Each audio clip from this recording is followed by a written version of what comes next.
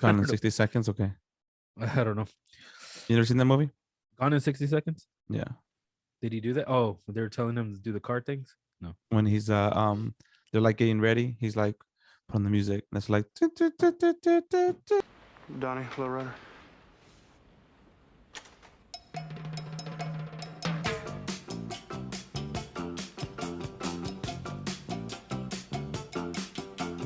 All my friends know the low rider.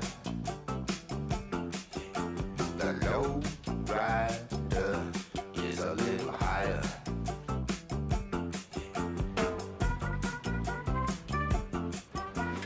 Okay, let's ride.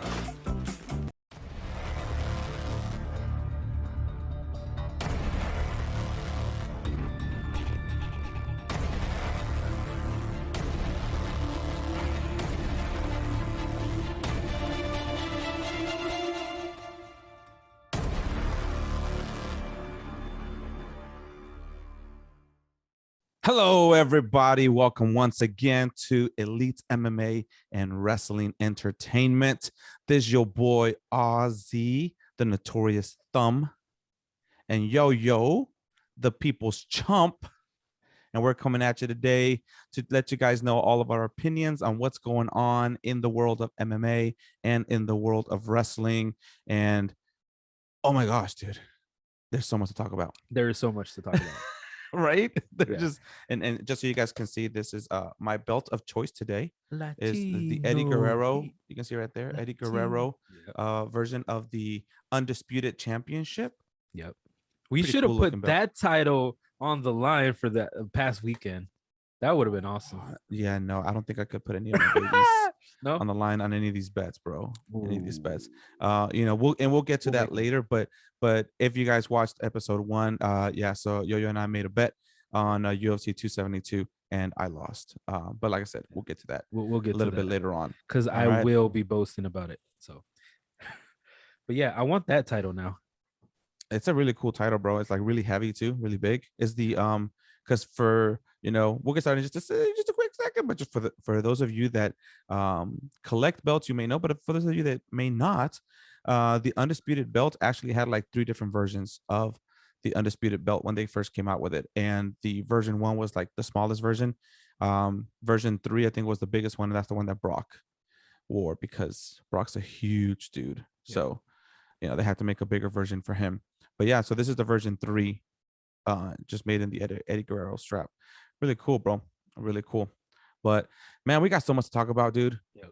There's a lot going on in wrestling, MMA also, but I think more in wrestling right now because we got WrestleMania coming up. Yep. Revolution just happened. Yep. Right.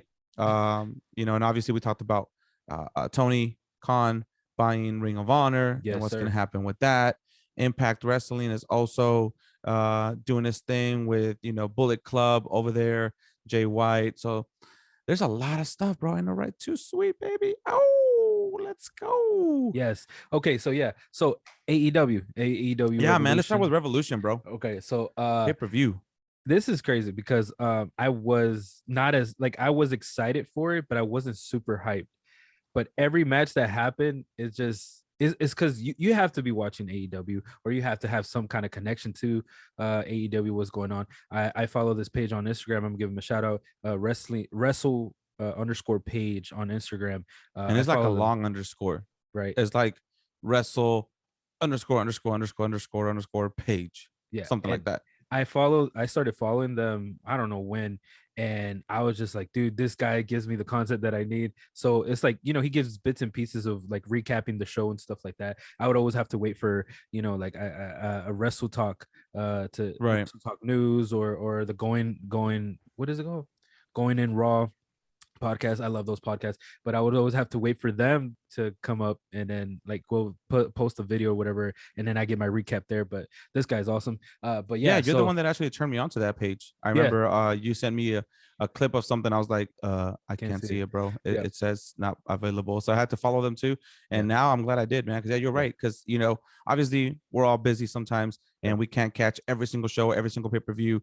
But we're always kind of, interested in it, obviously. So we either go back and watch it, or we just watch a bunch of clips, of people. And yeah, WrestlePage, thank you so much, man. Because you guys really give me all the stuff that I need to do to keep in contact with everything. Yeah. And breaking news before before anybody else says it, like when Dave Meltzer says it, we all know that's There you go. So you can actually hear the thumb roll. This guy. So yeah, so the AEW. Okay, so I actually started watching Revolution a little bit later. It was already in the first match, which was the Andrade, Matt Hardy. It's that faction, that he has I think it's called A what is it? AHFO. Yeah. What does it stand for? It stands for Hardy Foundation, something? No. Something like that. I mean, something with the Hardy. We could definitely look it up. You should look it up. That'll be cool. But yeah, it's Andrade El Idolo, Matt Hardy, Isaiah Cassidy. They were it was them part of, because I know the team is bigger, but right. And it gets crazier because of what happened last night. So last night got crazier. But anyways, they took on Darby Allin, Sting, and yours truly, Sammy Guevara. Sammy Guevara, the up and coming, like big superstar. I think that they're building him up so well. I love this. It was a 6-man tornado tag match, and I was not pumped for it. I'm gonna tell you why. I was pumped because of certain people in the group. Yeah. But I wasn't 100% pumped because I was just like, man, this just came out of nowhere. It kind of felt like it was just like a filler match for me. Yeah, basically. But like, who can we put on here to put such a great match that we don't have to build over like 5 weeks? And I mean, they really did do a great job. Yeah, they did. And I think it took a lot of people by surprise because so many things happened in that match. Sammy Guevara is the Spanish god. I don't care. He got that name, and he's like one of the greatest wrestlers, I think, to this day. That he is being built way better than most of the talent on WWE that come from NXT and stuff like that. Like I thought about it at first. I was like, man, Sammy Guevara would do so much better in NXT. And then I saw what AEW was doing, and how Jericho like helped him, in the inner circle and everything. And I loved every bit of Sammy Guevara's up and coming, rise as to stardom. He's the TNT champion right now. And the thing is, we already knew about Darby Allin and Sting, having a father-son kind of bond. Yeah, it's like a sensei student type of relationship, right? Where Sting is the veteran. And he took Darby Allin under his wing, and I mean they've been doing really great together. Yes, I love them together, and so this match didn't disappoint. This match was really good, but there's so many things that were happening at the same time. And again, it's a tornado tag match, and those matches, I always love those matches. I don't know, since I was a kid, like every time there was like a game mode, I would always put tornado tag because I hated having to go to I didn't know what button to push to tag in the other person. That was so for those of you that don't know tornado tag, any new listeners to the wrestling world, tornado tag match is different from your traditional tag match where you can only have 2 people in the ring and they have to tag their tag team member in to come in. Tornado tag basically is like a free-for-all. It's like, all right, everybody is just against everybody, and whichever team gets the very first pin, that's who wins. So that's what we got on Revolution, and we were pleased. Then who makes an appearance is the Butcher and the Blade. They show up and they interfere in this match, and I was just like, damn it, now what's gonna happen? Now I really thought Darby Allin and Sting and Sammy Guevara were gonna lose. Sammy was doing his thing, jumping off who knows what. It's like, for me, it kind of reminded me of Jeff Hardy jumping off like anything. That's true. Anything that he wanted to, and I was just like, and then Sammy does it too. He's like, I'm crazy. He does that all the time, and he jumps. And I'm gonna say that it's very taxing to his body. That seems like it takes a toll on his body, but he loves it. He loves doing what he does, and he showed that in this match, even though he wasn't like a big part of the match. Like he is a big part, but I'm just saying, like, the biggest part, I think the biggest part would have to go to the thing that happened like right before the ending. Right. And we saw the Butcher and the Blade show up. They set up a bunch of tables, and I was just like, who's going through those tables? I was like, it has to be Darby Allin, Matt Hardy or one or the other. You know, like it's Isaiah Cassidy maybe. Who knew? Right. Like I was just like guessing on, and But nobody thought that it would be the person that actually ended up doing it. yes. Okay. See, this is the thing because we're gonna get to that right now, right? Yeah. So Matt and Sting and Sting were like, you know, brawling. And there was a video that you sent me about a lady. She was just like That video, yeah, that was the closest up, Yeah. like up close and personal. It was Yeah. really good. and it looked like Sting and Matt were actually like, you know, Yeah, like trading they, real they were punches. right. They weren't pulling back their punches too much. They were Yeah. as the wrestling world calls it, they were fighting stiff. Yes, very stiff. It looked like because that last one, because the lady went or I don't know. I thought it was a lady. I don't know because It might have been a kid, right? It might have been a kid. or It might have something. been a kid. Who knows? But I really thought when they got to like the balcony area, the top, you know, where the rail was, I Right. really thought Matt Hardy was just gonna go through it. Yeah.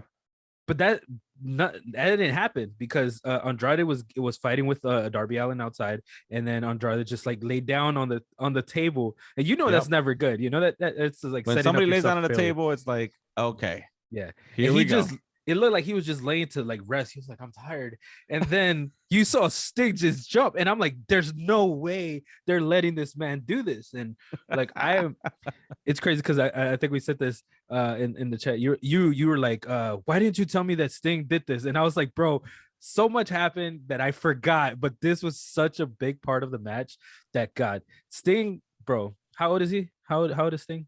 He is, I 60 something? believe, 60, 65, Damn. 67, Bro. if I'm not mistaken. Yeah, he's up there though. He's up there. Steve Borden is 62 years old. 62. God, he's about to retire. 62. He's about the retirement age, like, you know. Well, I mean, yeah, we all thought he was done after I really did. after he got injured in WWE. Yeah, by Seth Rollins. At the hands of Seth Rollins. Everybody thought, okay, I mean, he's done because WWE wasn't letting him wrestle anymore. Yeah. You know, he was they were basically like, nope, that's it. You've I think they call it like a neck stinger or something like that he got got hurt. And yeah, that was it. And so when he came to AEW, I thought he was gonna be more of a manager type, or maybe do a signature Scorpion Death Lock here and there, kind of like a la Stone Cold Steve Austin, right? Yeah. Just come in and do your signature move. I never thought I'd see Sting wrestling again in full matches, bro. God, Sting, like, he's one of those icons, like that you can't deny. That is him. my like, favorite wrestler of all time, by the way. Sting? Yes. Okay, see, Sting was one of my favorite wrestlers when I was watching. He is WCW. my favorite wrestler. He's the reason I started watching wrestling. Yeah. So I don't think I've ever told you this story, and it won't be a long story, but no, go ahead. Yeah, it was during the NWO days. So it must have been 96 or so. Yeah, because Bash at the Beach happened, 96, right? Wasn't it Bash at the Beach 96? Where they formed the NWO? It was Bash at the Beach 95, 96, around that time that the NWO got formed. So yeah, I remember just flipping channels, just like back in the day when you couldn't put a guide and go search, you had to go. Yeah. And so yeah, I came across TNT and Monday Nitro. Monday Night Nitro was on. Yeah. And Sting is just in the rafters looking down, and I was like, wait, what is this? This looks pretty interesting. And I got hooked, bro. Yeah. And ever since then, I got hooked. So I had to go back, obviously. Eventually, like at that point, like I didn't even know anything about Bash at the Beach. That's the cool part. I didn't know that how NWO got formed. Yeah. So I went to Blockbuster. This is how old I am, bro. I went to Blockbuster. I've been there. I love Blockbuster. And they had a Bash at the Beach, tape, VHS tape. Yeah. I was like, oh, cool. I can watch this. I've never seen this, WCW pay-per-view. What is this? Yeah. And so, it's talking about Scott Hall, Lex Luger against Sting. Scott Hall and Kevin Nash. Scott Hall, Kevin Nash against Sting, the Macho Man, and I think it was like Lex Luger. And it was like, who's the third man? Who's the third man, the tag team partner of Scott Hall and Kevin Nash? And, I'm like looking at it and I'm like, what the heck is this? This looks really cool. Hogan comes out. He like tricks everybody, does the knee. That does the big leg drop. And I was like, the leg drop. Oh, this is how the NWO got formed. So yeah, man, I had to go back and kind of learn some more history, but yeah, man, that's how I got into wrestling because of Sting. So Sting, That's love you, crazy. bro. I Yo, love okay. you. See, the first wrestling promotion that I actually started watching was WCW because we still lived in New York at that point, and we would just body slam each other. We always knew about the Hulk Hogan, you know. We always Right. knew about him and um Andre the Giant and stuff. Yeah. And you know, when Sting showed up, I think we were on the verge of moving to Georgia at that Oh, okay. point, and like I love Sting. I love Sting, right? I think Sting was the reason that I was like stuck on watching it, and Goldberg. I think watching Goldberg and Sting, um, it made me want to watch it. But when we moved to Georgia is actually where I started watching, you know, WWE, because it Mm. was like 98, you know, 99. That's where the Attitude Era actually, you know, started picking up a lot more Yeah, because steam, the you know? editor started picking up around 97, 98, because Yeah. that's when they really like started taking over the ratings. Yeah. So like, yeah, like in 98, it was like around that time. And I was just like, I just started, we were like flipping between two channels because it was like WCW and then, you know, WWF at that point. And There it was was no just, DVR back yeah. then. And it was just like flipping back and forth. It was like, God, we want to see this, but we want to see this and stuff like that. And then I don't know what happened. And then we couldn't get the TNT channel. Mm. So we were just watching, you know, WWF. And I'm trying to remember what channel was WWF was on. It was on the USA Network, channel Was it? 35. Yep. Was it? That was the original home of Monday Night Raw. Because Was I on the remember USA Network. it switched a lot, huh? Because it did. It switched to once WWF bought WCW. Mhm. That's when they started switching a lot. They switched over to TNN at some point. Really? Yeah, I didn't think they ever made it switched to over TNN. to not TNT. It was TNN. Yeah. They switched over to TNN, and then I think at I know some they did point, Spike TV. at some point they were on Spike TV. But yeah, I remember channel 35 Mhm. was the USA Network back then. Yeah. And that's it was channel 35 and channel 41. Mhm. I want to say it was TNT. 41, 42 was TNT. And I Yeah. just like 42, 35, 42, 35, 42, 35, So 42, yeah, 35. yeah. So I think we were both influenced by Sting somehow in some way. So like Sting was always one of my favorites, and then The Rock came, so we already know. Right. But we're gonna go back to this. Yeah, So yeah, so yeah. this match for me, I didn't feel like it progressed anybody's story like in any way. No. But it was like fan service in a sense. Like it was for the fans. This match, and then Sting doing that just made the match even. I don't know. It just made it like you're like so happy. I was just like happy, but at the same time, I was worried about Sting because I was just like, it looked like he hit his head at the end. It did look like he hit his head somewhere. I did read that he did took a kind of a nasty bump right there, but he is okay. Yeah. He's doing good. That's no serious damage. But yeah, I mean, he's 62 years old, still jumping off of freaking. Did you see him? Did you see him in Impact when he was doing the Joker? Oh yes, bro. I didn't watch Impact. I wasn't watching Impact at that. Oh, point, I did. I watched a lot of Impact. But I saw people posting videos and stuff of like on Facebook or wherever I was watching it on, and I saw he was doing like the laugh, and he was just like on top of things, and I was like, bro, I wish I would have like stuck around with Impact because I remember when Jet Jarrett first started it. Right when it was TNA. Yeah. TNA wrestling. Yeah, TNA. Dude. I was just like, man, I wish I would have stuck around because Samoa Joe was there. I saw Samoa Joe and they were like, Joe. So, and I was like, funny story once again. Only reason I started watching Impact was because Sting.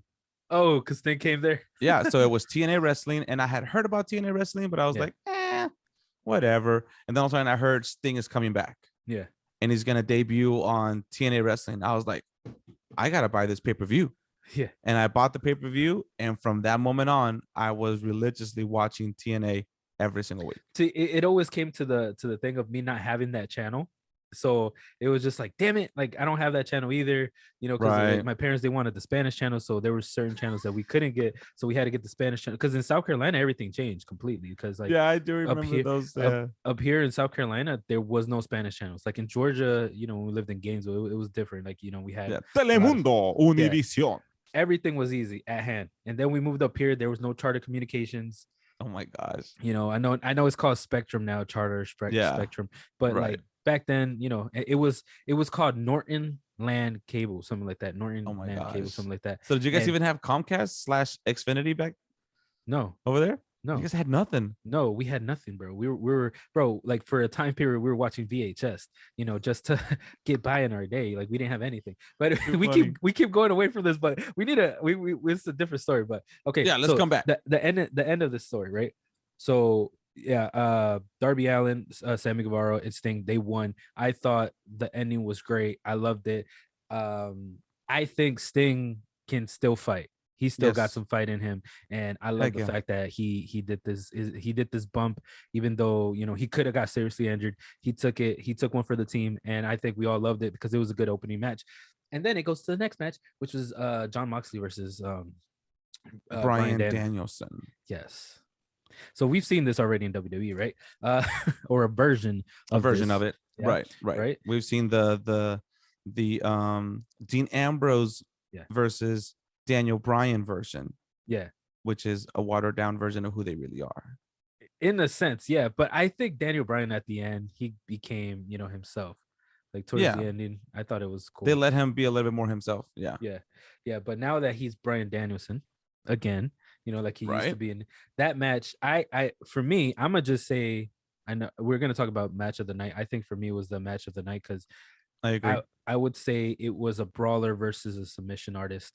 And I think that both of them gave their all until after the bell rang. They were still giving each other all. And I love It's just like Kobe hit this yeah, guy. after the bell. Dude, we're not even there yet, bro. We're not even we'll get there yet. later. We'll get there. We'll get there eventually. But you know how Daniel Bryan was like saying that Bryan Danielson. Daniel Bryan and Dean Ambrose. Bro, I'm doing it again. Okay. So John Moxley and Bryan Danielson were arguing, and Bryan Danielson wanted to team up with him for some reason, before this Yeah, match. that's how this whole thing started, right? Yeah. With Bryan Danielson telling him that he wanted to team up with him, Yeah. and John Moxley saying like, I only team up with people that I've bled with. Yes. So and then he challenged Bryan Danielson challenged John Moxley to this match, and John was like, "Oh, I'm gonna give you a beating." And then who was it? Bryan Danielson. said, yeah, He was like, Right.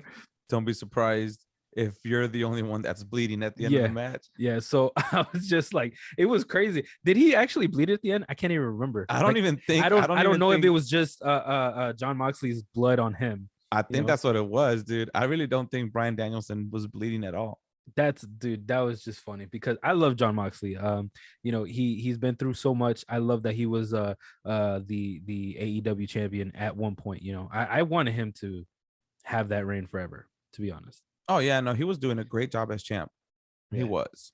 I And think then he the could have back and been forth- champ for a long time. Yeah, the back and forth with him and Kenny was awesome too. I loved it. Those matches were so awesome. They dude. were so great. And this didn't disappoint because we got two great wrestlers that used to be in the indie circuit. And Right. They did a lot of things outside of these bigger promotions, and they came back and they do it for the love of the game. You can say Right. that, right?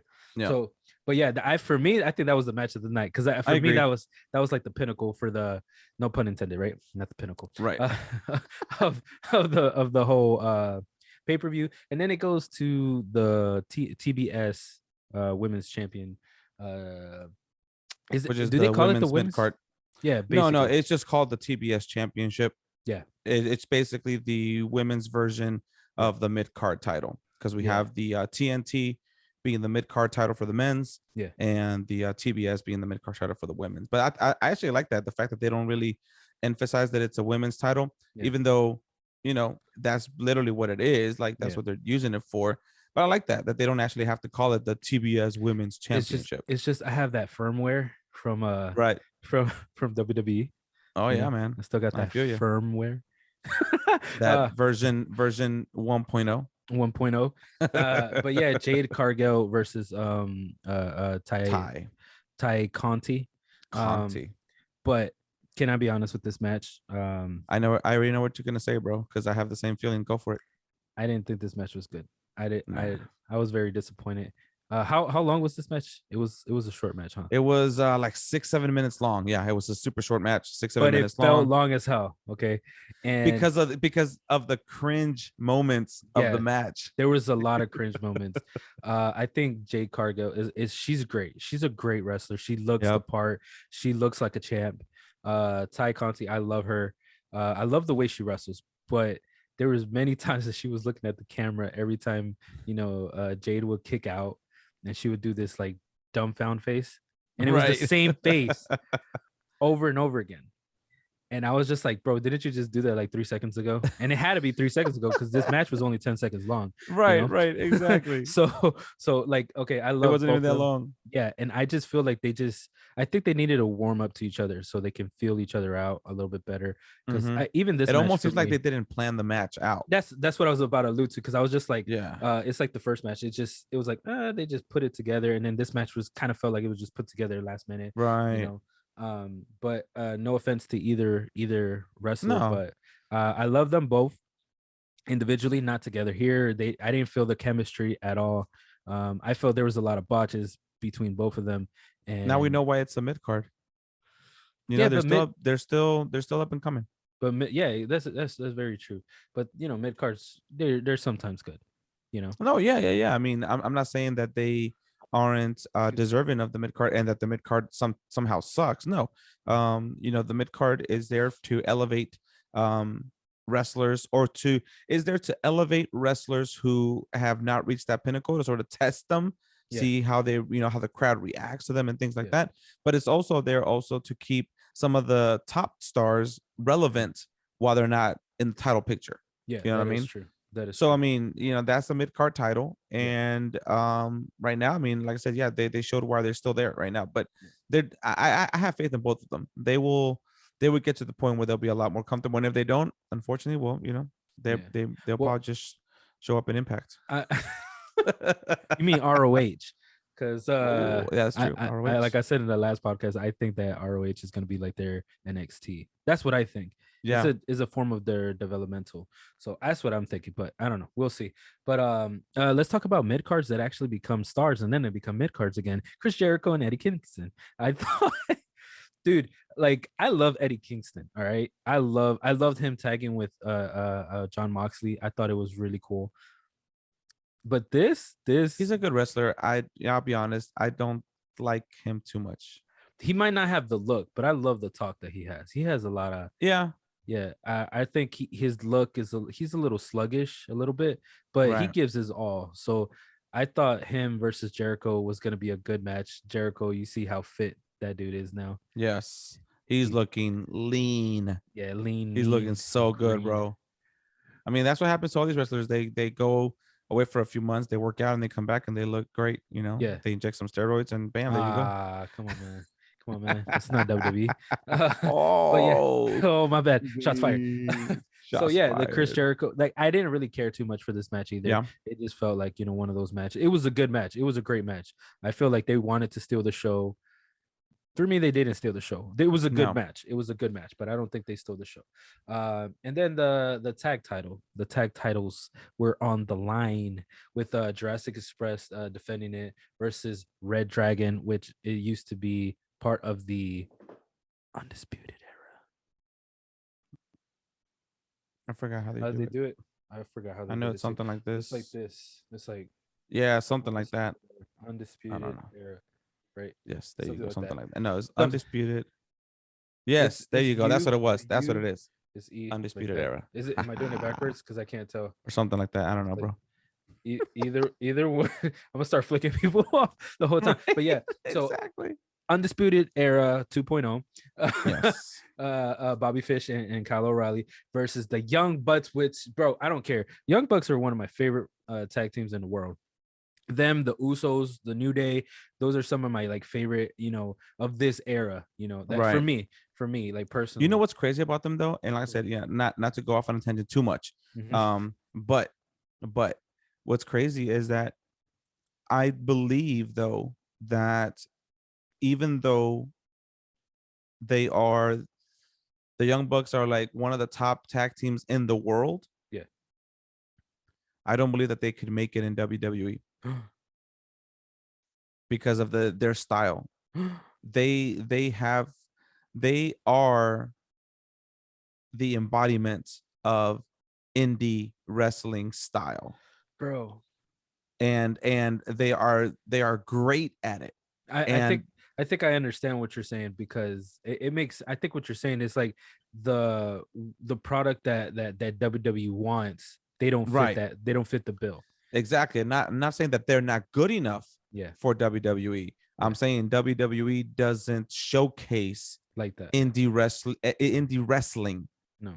And so because of that, they they don't have a place there in WWE. But if you take those WWE tag teams and take them out of WWE and put them in the indie scene, right? Now you're talking about, yes, down there in the world of the Young Bucks, and the Young Bucks are basically the best in this. They do everything. That's why. Yeah.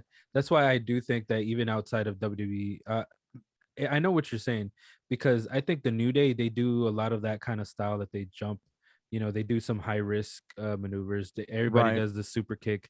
There's always the super kick party, even the Usos.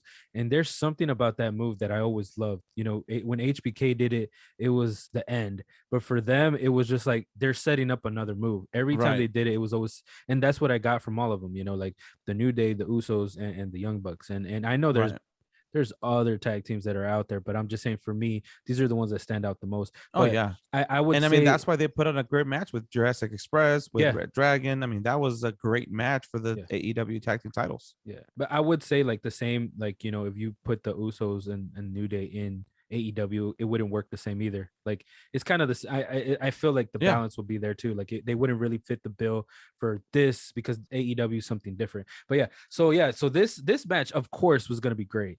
Can I tell you? I'm gonna be honest. I love Jurassic Express.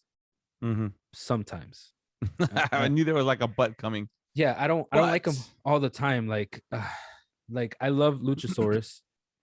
I love Jungle More of Boy. a Jungle Boy fan. I'm more of a Jungle Boy fan too. I wanted him to feud with Sammy for the TNT title. I thought that would have been great. It's a great way to build them both up at the same time. Right. But Jungle Boy and Luchasaurus right now, they're the tag team. Oh, dude, what happened to Marco Stunt? What's his name? Marco something. It's the little guy. He was like the short one. Marco Stunt, I think his name's Marco something. Marco Stunt. Yeah. What happened to him? He like disappeared. He did disappear. Huh? I'm like, I don't even know how he disappeared. I don't know. Let's see. It says that he was in All Elite Wrestling, obviously. No, of course. But he was with them. That's what I'm saying. Like, he was like the third wheel, but still, I was just like curious to what happened. Yeah, I didn't say anything much really after that, so I don't know where he's been. Maybe he's injured. Could be. But yeah, so like I thought he was just the icing on the cake for the team. They don't really need him. Nah. Marco Stunt, I love you, bro, because you do a lot of things, for your size and everything. But so Jungle Boy and Luchasaurus, I think Luchasaurus is the one that I can't buy a big guy like that, tagging. I like Luchasaurus as a single competitor, but I don't see him as a top of the bill. I see him as a mid card. I got you. I think eventually he'll get there, just like Jungle Boy, but I just feel like Luchasaurus is not that. I like when they do moves together. I love Luchasaurus. He does crazy flips. Right. He does his like wheel kick and everything, and I love that. The choke slam, everything that he does is awesome. It's just like, the tag team is just like, you love them both, so you have to love the team in a sense. Right. But it's just like, I don't. It's kind of like RKO and freaking Randy Orton and what's his name? Matt Riddle. Sorry. So RK name Bro. just left my head. Yeah, RK Bro. Same thing. It's kind of like you love Bro, you love Matt Riddle, you love Randy Orton. So it's like you don't hate them as a tag team. You love them as a tag team, but are they really a tag team? Yeah, I still to this day I feel that, and I just saw a post that Randy Orton was like, I love this guy. He's like my friend. He was like, I've never said the F word, something like that. I just saw that, and I was just like, he's gonna turn on him. I know. I was just like, they're setting at WrestleMania. They're setting up, because if you saw Matt Riddle's face, he was like tearing up. He was like, oh my God, he called me his friend. And then I was like, damn it, all this is gonna build up to like, do you think it's gonna happen in WrestleMania though, so quick? I mean, Because he just Randy Orton like he said that he's my friend, and he goes, and we're going to WrestleMania, ladies and gentlemen. And he threw the mic on the ground, and I was just like, I saw that. that's what I'm saying. Like, do you really think it's gonna happen because at I mean they've been WrestleMania together before? No, at WrestleMania. Oh, it's gonna happen. Like They'll lose the like, titles. They'll lose the Oh. titles at WrestleMania. So who do you think RK Bro are gonna lose the title to? If they're gonna feud, like who do you think they're gonna lose it to? I mean, I think what's gonna happen, you know, because you know me, man, I get into the storytelling of it. So you know, it's gonna be this whole big old thing where they're about to win. RK Bro's about to retain. Randy Orton's gonna RKO Matt Riddle, and that'll set up a future feud for them too. Yeah. I think Alpha Academy and the Street Profits. Who needs it more? I think that Or who deserves it more? Who deserves it more? The Street Profits. But who needs it right now? The shush.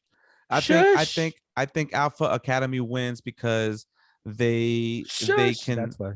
Yeah, Because of exactly. Chad Gable, he would always Right. do the shush. Exactly, that's what I'm saying, because it's got to be a heel Yeah. that ends up winning it, so that they can continue to feud with the Street Profits, and then eventually the Street Profits will win the tag team championships in like one of the future shows. Technically, gonna I would love the Street Profits to be, bad. I mean, that'd be cool too, though. I mean, they can have one of those big WrestleMania moments, right? The baby faces win the match, and everybody's still going crazy because you just saw a heel turn, but you know, you're still kind of happy because the Street Profits won, and it's the babyface team. So yeah, but we went on a tangent. We were talking about Luchasaurus and Jungle Boy, and kind of like the balance of them. I don't hate, again, we don't hate them as a team, but I really wanted Red Dragon to win.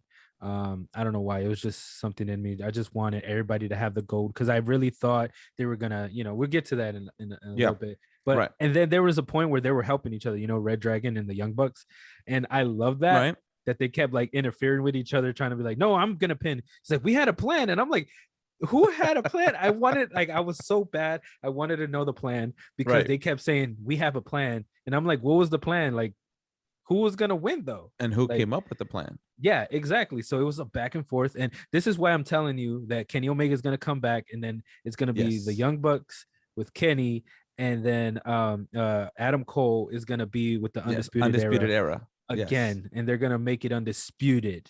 Okay. Baby. You think that they're going to actually use Undisputed and just not call it Undisputed Era? They're gonna call something era, I think. Yeah. The Elite Era. I don't know, something to like tug on the Bullet Club and to make the Elite get mad too. But yeah, this was a great match. This was bro. There were so many sequences in this match that I was just amazed. They always, I think they're playing out Jungle Boy's, how he, like power bombs, and then they do a flip kind of thing. I think they're redoing that move way too much off the turnbuckle. But I love Jungle Boy. I'm not mad that they won. I just felt like, Red Dragon or Young Bucks should have won, because they're gonna keep feuding. We know that. Yeah. Right. I think they're just gonna move the tag team titles somewhere else. Like, they're gonna move it forward. Maybe to because Private Party, like you said, I don't know. the Young Bucks and Red Dragon don't need to fight for the titles for them to have great matches. This is very true. So that's why you're gonna have Jurassic Express feuding against another team that really does need the rub of the championship lore of it. You know what I mean? So, and then you're gonna have these guys over here just fighting over bragging rights and Bullet Club, and I love this era right now, bro. I know, dude. It's so cool. It's everywhere. So we're gonna go to a match that it was kind of like all over the place for me. It was the brass ring. It's the face ring. They call it the Face of Revolution match, but I felt like they call it a brass ring, right? We know what they're they're taking shots. They're taking the brass ring of Vince McMahon, basically, and they were fighting for it. And we all know that this was a Warlow kind of setup to push set up for Warlow. Yep. But I really felt like he wasn't going to win at the very end. I felt like they were going to give it to Christian. And I was like, come on, Christian. Like, you had your chance. Really? You were thinking Christian? No, because he was climbing at, like, Warlow was all the way in the back. He took so long to get back to the ring. And I saw Christian climbing up. You're talking about at that point. No, but before the match started, who do you think? No. Oh, I thought Keith Lee might have won. That's who I was thinking. I thought that, AEW was going to, put their foot on the gas and be like, okay, let's go, and push him forward. I feel like Keith Lee is not himself. I don't know. You think I love so? seeing him. I love him. I love seeing him. Yeah. I love how he wrestles. I just feel like he's not himself right now. I don't know. It might be just that's interesting. That's interesting. Maybe it's because I still got a sour taste of how they call him the Bearcat in WWE. What the hell was that about? Like that didn't make any sense to me. WWE just didn't know how to use him, bro. I don't think they liked his look, and I think they were trying to change it, but they were like, you know what, they like these big dudes that just are just powerhouses. They don't know what to do with a big dude who's very athletic, who can do flips and jumps, and basically it's kind of like Impact Wrestling, be in the X division. Yeah, you know what I mean? That's what the X division was for, no limits. So yeah, they just didn't know how to use him, bro, and they just let him go. And I mean, yeah, you're right. I mean, he might still have a sour taste in his mouth, and maybe that's why you don't think he looks himself. Yeah, that's how I felt. Orange Cassidy, as always, he's hilarious. I love his thumb. Like he's like that's your favorite thing. That's my favorite. I know mine are the kicks.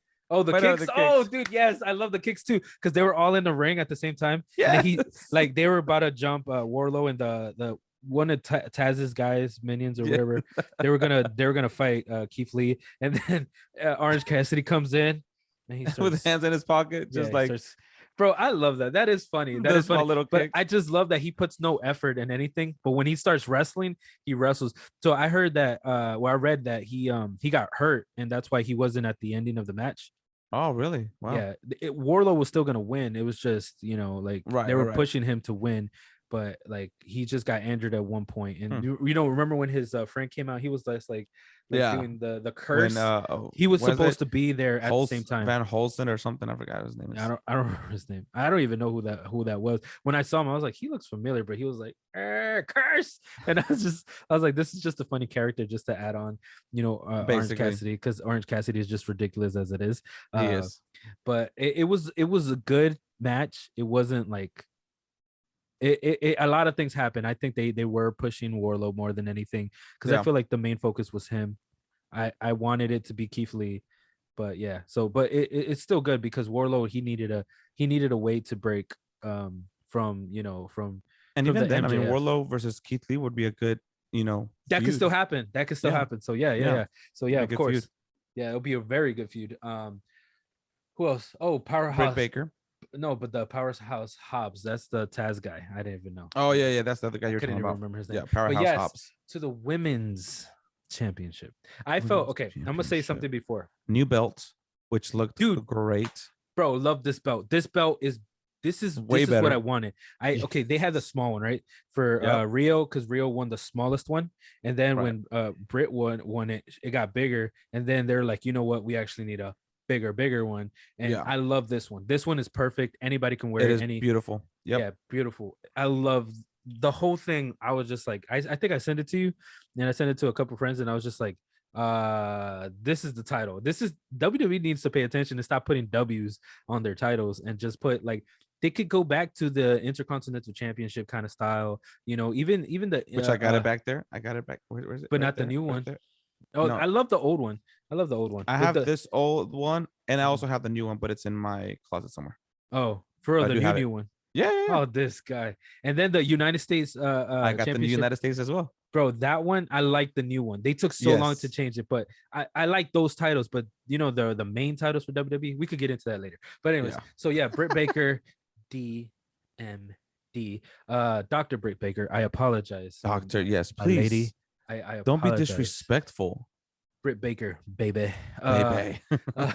So yeah, she fought Thunder Rosa, and I wanted to say that I saw this match already. They already did this match, and I was like, it's not gonna be better. It's not. And I was wrong. I was wrong. I was totally wrong. I was just like, I love Thunder Rosa. Thunder Thick Rosa. I love Thunder Rosa. I love her so much. I thought she wasn't going to come back to AEW because I saw her doing her indie stuff. She started wrestling with her son. Her son is like 15 or something like that, 15, 16. And I was just like, dude, that is so cool. Tag teaming. I forgot what their name is together, but I remember. I really enjoyed it. So this match, you felt like I wanted to root for Thunder Rosa, but I love Britt Baker so much. that Do I was you just like, love I her just for hated that they got, herself? huh? Do you love her based on just herself, or just because she's with Adam Cole, baby? No, like I didn't even know they were dating, until Really? later. Yeah, I didn't know until later on, where she first signed on, I was like, dude, she seems really cool. She seems like I feel like Charlotte Flair would be good to fight her. And then later on, I Mm. saw a picture on Instagram with her and Adam Cole, and I'm like, no way. Is she? I was like, maybe she might leave AEW, because it was in the beginning, Yes, she yes. wasn't pushed as much, and I was like, maybe she's gonna leave AEW and go to NXT because Adam Cole's there, and I'm like, I would like that. I like But that. the opposite happened. Yeah, but the opposite happened, and I love that so much more. But yeah, so Britt Baker, I love her, and I just felt like they took away from her so much because of the interference Mhm. too much, and they made it seem like Thunder Rosa. I know they were trying to make her seem like, even though she had the odds stacked against her, she was so close to winning, but it kind of made Britt Baker look like a pansy in a sense. Like she Think so? wasn't. I feel like she wasn't elite, like her best self, you know. Right. And I was just like, come on, man, y'all kind of diminishing her. I thought somebody was gonna show up and save Thunder Rosa and somehow, because I know she tagged with Ty Conti and what's her name? Oh God, what's her name? That other girl. I forget. There's another girl that was there. She was in Ty Conti's match. I forgot that girl's name. But anyways, Don't remember. she's dating Jungle Boy. Okay. But yeah, so like I thought they were gonna show up somehow and just like come and beat up the other girl so it could be a fair fight. And Right. but the match was still great. The match was still great. It was.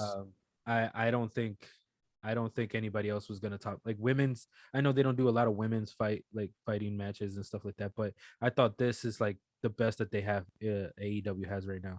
I don't see Yeah, that many women at for sure. the top. So I don't know. I enjoyed the match. Yeah. Britt Baker won, of course. So it was a good match. And then it goes to the dog collar match. Really good match, bro. What'd you think about? Like, what'd you think? Bro, I think the storytelling was just phenomenal. The Yeah. way that they built this storyline, the swerve that they had leading up to the match with, MJF tugging at the emotions of CM Punk Yeah. and bringing back, the their history together and the picture they took and just everything, and then culminating in this type of match. I mean, initially when I heard dog collar match, I was like, okay, do they really need a gimmick Yeah. in order to make this work? But I think the gimmick actually helped them out. Um, I've never seen CM Punk that way ever. Oh, As hold up, bro. The entrance, CM Punk's entrance bro, going was back to such a his old honor. school. Bro, old school Ring of Honor, bro. I think, dude, everybody was like, what's going on? Like, what's he gonna do? So Right. it turned dim and everything. Then the song started hitting, and then you see the fans singing the song. I was just like, this is CM That Punk. at first I thought, because the fans weren't like really They didn't know what was in going on. yeah, and so then once you started chanting the song, you could just see the happiness in CM Punk's face, like he was like, yes, they still remember me. Yeah. So I It was love he really did cool. the what you call it, the marking on the sand. Yes, It's it's clobbering clobbering time, bro. I love, dude. CM Punk is one of my favorite wrestlers. But that match, that match was incredible storytelling. Yes. I loved it. I loved Even though there was parts where they were like botching when they were pulling each other. right. There was that one when they were like outside of the ring, and MJF was getting mad, and then CM Punk kind of helped him take the and I was like, that was just so funny. But it was such a professional way because they told the story, even though the collar was, the chain, of the collar was giving them some problems. They still work with it to be like, when the thumbtacks came into play, bro, I was just like, please don't. It hurts me every time I see it. I was just like, dude, it's gonna hurt. No matter who does the thumbtacks, whether it's WWE, Impact Wrestling, whoever does it, bro, every single time I'm like, how do these guys do that? Like knowingly that they're going to end up with a bunch of thumbtacks stuck to your back and your arm and your see when I saw CM Punk wrapping that little chain over his, he was gonna do like his elbow drop from the top rope, and he jumped. I was like, dude, of course MJF is gonna move, and he landed on those thumbtacks. I was just like, bro, that hurts me just to watch that. But bro, It makes you appreciate what they do even more. yes, very much, and that's why even CM Punk's post conference, what Right. post press conference thing, Post show conference. he was crying and saying, this is me trying to like make a call back to my ROH days. So I think he loves Tony Khan. I think he feels like he probably should have been here from the beginning when Tony Khan said that he was his first call.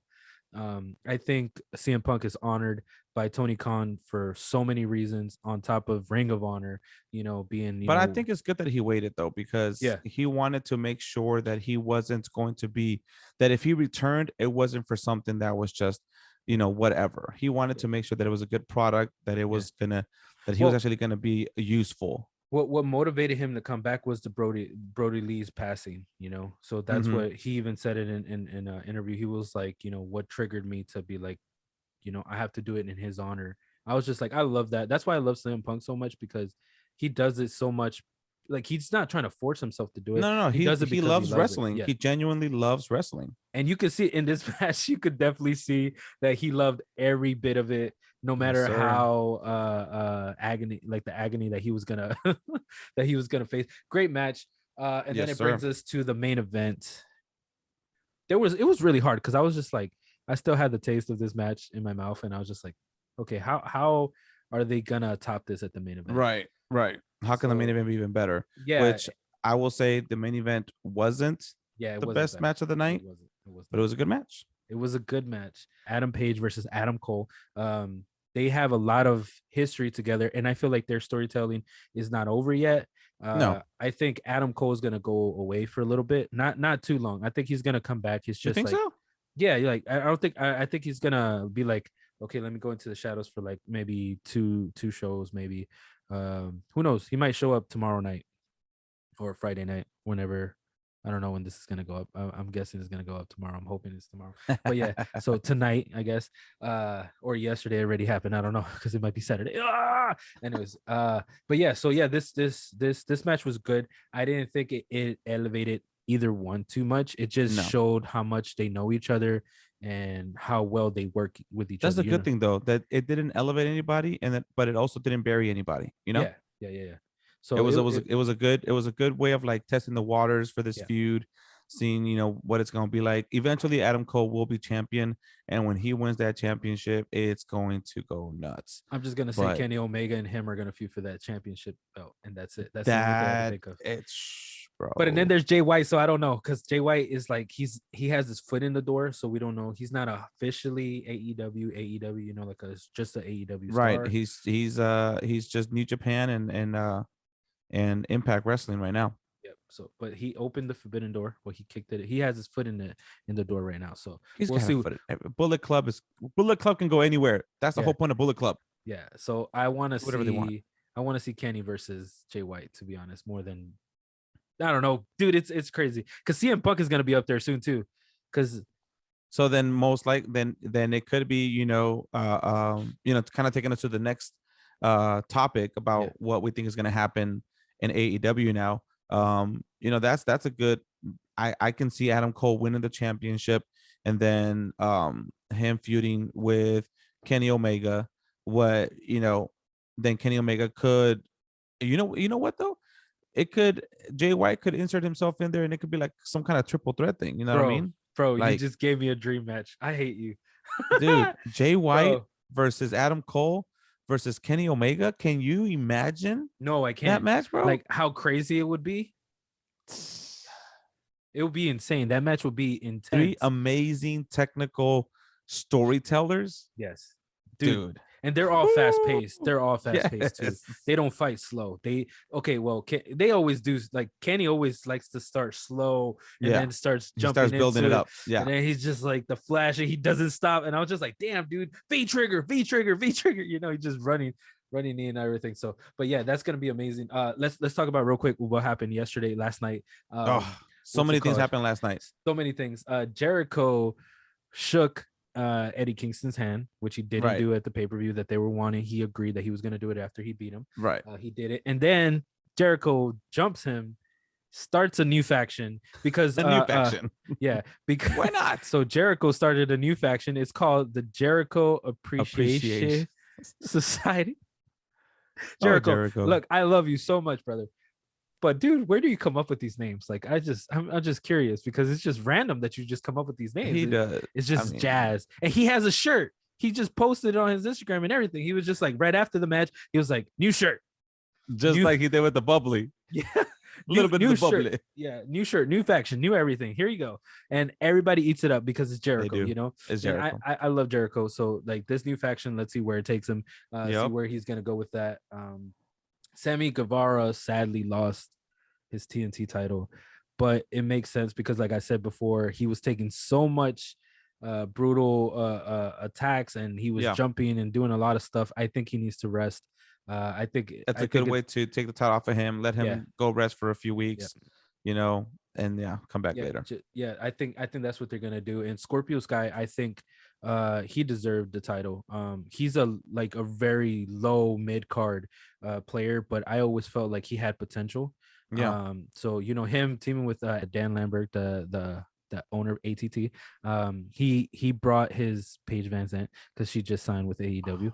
So that's crazy, bro. And then oh my god, just to jump on that one. So she beat up Ty Conti outside, and I was like, I guess that's where they're gonna start that feud. They're gonna start Paige Van Zandt versus Ty Conti, and I like that. I like that matchup. It's gonna be good.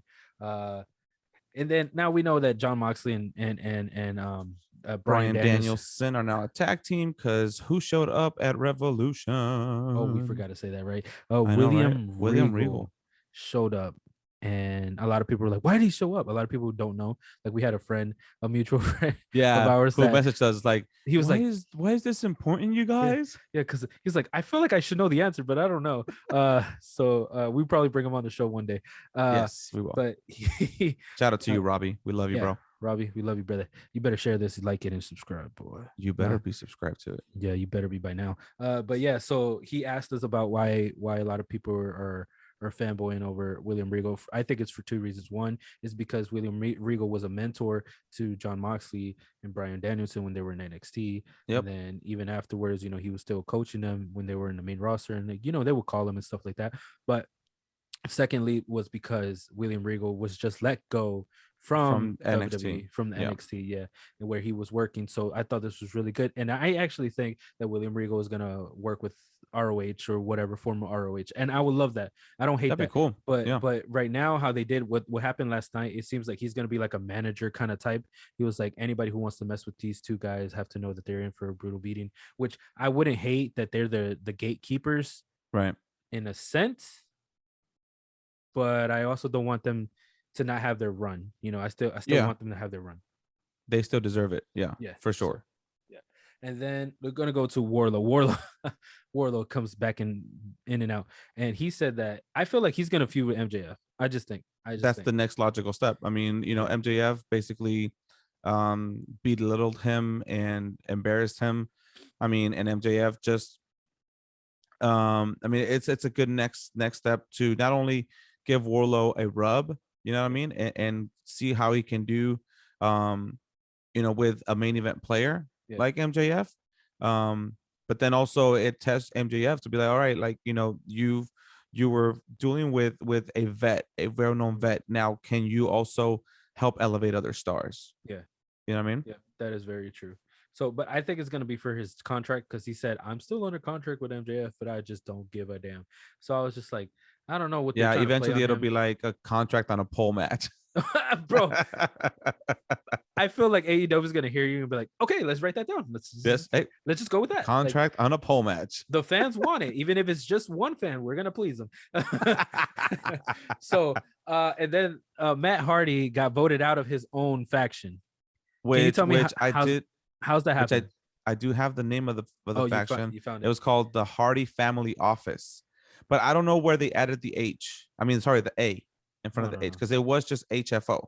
Oh, okay. It was just Hardy Family Office, and then I don't know how. Somehow they added the A in front of it. I don't know. It might be like Jericho's A. It might be, or maybe it was Andrade's Hardy's, because he joined the I don't know. Anyways, maybe, or it might be Appreciation Hardy, just like maybe. Jericho Appreciation Society. But but yeah, so they voted him out. They've turned on him, and then I think Sting and Darby Allin showed up and to try to make the save, but they were still clearly outnumbered. Yeah, because the Butcher and the Blade always show up for some Yes, reason. I'm of like, I course. still don't understand. We don't know why. Yeah, we don't know. I think they just needed something to do. And then what happened? Tell me what happened. Tell me. He even did the dance, bro. He even did the dance. I feel like he did it just for like a quick, because he's like, okay, I need to hurry up and save my brother, but I gotta give the fans what they want for really quick. So he's just like, he did it really quick. Okay, let's go. He was like offbeat and everything, and he was just like he ran in. I love Jeff Hardy. I had a different storyline for him elite. Coming in, but yes, he's all elite. Jeff Hardy needed to come back. He needed to come back. I think for Matt Hardy and Jeff Hardy to retire, they need to retire together. I'm sorry. I don't think they should retire separately. I love that they're together, and this is going to be amazing. And they got their Hardy Boys theme song. It's crazy because I think they were just fighting for it, and they got it. And so from what I read, the song that the Hardy Boys use is a song from an actual artist. Yeah. So it's not a song like, you know, Triple H's theme music or not all of Triple H, because he actually used a star as well. But anyways, you know, there's a lot of songs that WWE writes. Like they have their music writers and they do their thing, and those songs are theirs. Yeah. But songs like, you know, CM Punk's theme that are actually by artists like that, then other people can apply to use those same rights. And so there was, right before this, I think it was last week, I saw the rumor that AEW or that somebody had applied to the rights to use the Hardy Boys theme music. So of course everybody was like, okay, who's that somebody? It's got to be AEW, right? Because Hardy's going to come back and they want to use the theme music. Because I actually read that along with the rights to that music, they also included like a bunch of other songs in that same thing. And so like kind of out of left field, but the Crash Holly, Hardcore Holly song, like it's in that same thing. So I guess if AEW wanted to use it, they can use it too. But this is cool though, because it's different than like when Impact Wrestling try to write their own version of the Hollywood Hulk Hogan NWO song. Like they wanted to make, you know, they couldn't use it because it belonged to WWE. Yeah. So they did like their own little version of it to make it sound similar. Yeah. In this case, it's like, hey man, everybody knows that when you hear those drums go and then it's like, oh my god, that's Jeff Hardy. Yeah, it was awesome, dude. Beautiful. I did pop when I saw it. I was just like, I was excited. So I'm excited for the Hardy Boys. They have a lot of story to tell. So maybe they can go for the title. I don't know. We'll see. So let's go to UFC. Let's go to what happened this weekend, because it was this weekend as well. It's UFC 272. It's the Kobe Chaos Covington versus Jorge Gamebred Masvidal. So yeah, so we made a bet. We did make a bet. We made a bet. I was betting with my heart, bro. Okay. I know. Like I knew Kobe was gonna win. It's a skill set thing, bro. I love Masvidal. Stop betting with your heart and bet with your brain. You know. But it's because I like Masvidal. I know, bro. Look, I'm not gonna take anything away from George because I love George, but I just knew that Kobe was the better. He's just a better MMA. His striking needs work. He has good striking though. He doesn't have that knockout power. So I think Kobe. I don't think there's anything he can do to gain that knockout power. I think it is. It's just sacrificing his cardio, because you know that's what they always say about Conor. Yeah, Conor's cardio sucks because he relies so much on the punching power, right? Because he uses so much strength. So Kobe would have to take it. You know, he would have to take some kind of. It's either that, or he can also just work on his striking as far as being more precise. Because obviously, it doesn't matter. You may not be the strongest person in the world, but you hit it in the right spot, bro. Well, like right up here, or he right was on, precise right with Jorge, because Jorge was just like, you know, he was just he dude.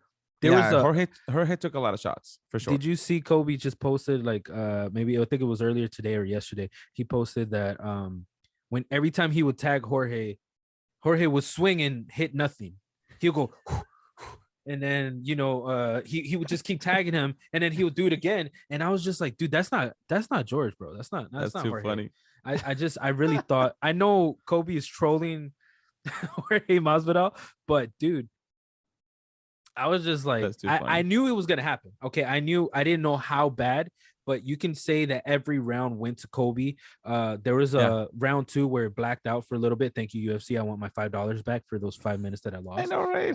I do want my $5 back, UFC. So if you guys hear me, I want my money back. But It yeah, did so black out for a little bit. but there was like, when they came back on, I thought that Masvidal had the upper hand, but I guess I was wrong. Because I did the Verdict MMA app. You can get that. There was only one round where I think it was when he dropped them, right? yeah, and it wasn't even that Masvidal controlled that round. It just he got lucky. He got a good punch in him, and if Masvidal was smart, he would have taken that opportunity and rushed him and tried to beat him. But he was gassed out too. Yeah, so I think he basically took that opportunity, like, okay, I knocked him down for a little bit. Let me take a quick breather and then go back in. Which because I know in the post press conference he was saying that he was like waiting for him to come so he could catch him with a knee, and I'm like, I think that's probably what he thinks now, but I think if he rewatched it, he would see that he didn't have anything ready. Because how was he gonna pick up if he looked tired? How was he gonna pick up his knee? Like, it would have been awesome to do a flying knee, bro. Imagine if he would have knocked out Kobe like that. How, with a knee, bro? Like, he would have punched him, wobbled him, and then just jumped up with the knee. You know how crazy everybody would be going for George. George would be so much bigger if he would have punched him, wobbled him, and then did the flying knee. That would have been amazing. But I know George wasn't there. I don't think they need a rematch. I'm sorry. Like, oh no, the only way they get their Not right rematch is something else happens in between the line where they have to fight for the number 1 spot or a title. That's the only thing that I can see. If Kobe were to win the title and then Masvidal wins his way back up to the top and they can fight again for the title, that would be the only way. Yeah. That would really be the only way. We can't gloss over the co-main event. The co-main event was amazing. Our RDA was supposed to fight I'll be honest, I didn't see the whole show. I just saw the last fight. Yeah. So, but Renato Moicano, dude, go back and rewatch that. You would love that because that guy had so much heart. I thought that the ref was Mark Goddard was going to call it every time. The coaches were like, you can do this. You almost got this. You got to. And like RDA, I felt like at the last round, I felt like RDA felt bad of punching him so much in the same spot because he was like, he busted him open right here and his eye wouldn't stop bleeding. So I felt like RDA was like, I'm not going to hit him too hard. But RDA almost got caught because of that, because Moicano was just like, and he was just giving his all. So he was mad at the end. He was like, no, you guys made me do this. I did this and I showed you I have so much heart. And he deserved the bonus. He deserved everything. Rafael Dos Anjos is an awesome Rafael Dos Anjos. And I love the fact I didn't know it was a catch weight. I didn't even pay attention that it was a catch weight. It was I think 160. I think Dana White should just go ahead and do the 165 belt, or the 160 belt. I don't know. I think that belt, the what is it called, the light welterweight title, should be a thing. You think it should be a thing? Yes, because I think there's so many in-betweeners that need a shot and they can't get it because the lightweight is what is that, 155? 155. And then welterweight is 170. 170. There's a big discretion right there. Yeah, so they would have to move 170 to 175 because the middleweight is already 185. Right. So 170 should move to 175, and then they do light welterweight, and that'll be 165. And I think that's been like the biggest debate that a lot of people had, and even Nate and Poirier were saying that they want to do that fight for that title, and then Conor was like, "Oh, me too," and I was like, I think Conor would be the bigger name to do that division with, and it would be better, so he could be the triple C, and then he could fight Henry Cejudo and get his ass whipped by Henry Cejudo. I'm just kidding, just kidding, because Henry Cejudo, I love that guy, Mr. Two Belts. Yes, Mr. He's triple C, all right? Triple C. Oh. Triple C. He has 2 titles in the UFC, but he has a gold medal from the Olympics. So he calls himself Triple C. So it's your boy Triple C. He always does that. I love that. But yeah, did you hear that Conor is going to get a title shot? No, are you serious? Yes. Dana White said it. He's like, after the Charles and Gaethje fight, whoever wins that is going to fight Conor. And Islam Makhachev was there, but I don't know what happened. I heard 2 different things. I heard that Dana was gonna give it to him, and then he was like, no, I didn't want to give it to him because he was asking for too much money. But I thought that the money thing was because of the RDA fight he was gonna step in and take. Boo. So Boo. Islam is gonna fight was it Benil Dariush again. They're gonna Boo. rebook that one. I know, but Connor, he don't deserve. Connor, okay, Connor. I mean, he's It's got Connor's the name, bro. It's But the name. But look, if Justin's probably gonna be like, nah, I don't want him. So if he wins, we can say that Connor won't fight him. But if Charles wins, he's gonna want to fight Connor because he already said, he was like, you know what, I don't want to fight Justin anymore. I want to fight Connor because he's a bigger name. He'll get a bigger paycheck. Of course. Everybody wants to fight Connor. So anybody who's smart will fight Connor over even Justin Gaethje, even though he says, nah, he needs to go in the back of the line. He needs to see it. Even Michael Chandler understands that, and that brings me to Michael Chandler and Tony Ferguson. Michael bro, Chandler is I've been back. waiting for this because Tony has been calling him out, and I felt like Michael felt like he was irrelevant, but the way Michael talks about Tony Ferguson, he was just like, nah, but I appreciate him and all this, but I kind of felt like he was washed up, and now they're actually in talks to be in the 274 UFC 274. So I hope, I think that's the one that happens in May. If that happens, I will love for it to go down. Let's go Tony versus Michael Chandler. I'm rooting for Tony all the way. If Chandler wins, Why are we always rooting for different people, bro? look, it's good though. It's good because if we root for the same person, it's not that fun. I Let's love bet. Michael Chandler. You want to bet for that one too? Yes, We should bet. I'm already betting for Michael Chandler. It hasn't All right. even started yet. So but should we do the $50 again? $50 again. All right. Oh, you know what? How about we do this? Mhm. I'll let you keep one of my belts for a certain period of time. Okay, but what if I lose? Because there's a big possibility that I might lose. What do I get? Because Michael Chandler's not a walk in the park, No, he's not. and neither is Tony. You know, Tony. Michael is Chandler almost won his last fight, bro. He had him rocked. But I think Charles proved it that he has a good chin, especially with Poirier. Yes. So, but yeah, like if he I can't don't know. take, if he can't What take think a about punch, the bet? if he can't take a punch from Justin, he wouldn't take a punch from Connor. That is I'm true. just saying, Charles. Like, That is 1000% the truth. Because right if you saw the reason that Michael Chandler landed on him is because Charles wasn't moving his head. He wasn't. He was just like, you know, and I didn't like that. That's why I was like, damn, he's gonna lose. When he got rocked, I was like, it makes sense. He's not moving his head. You know, he's not. And Connor's really good on that. Like, if you don't move your head, he fakes it and he like right.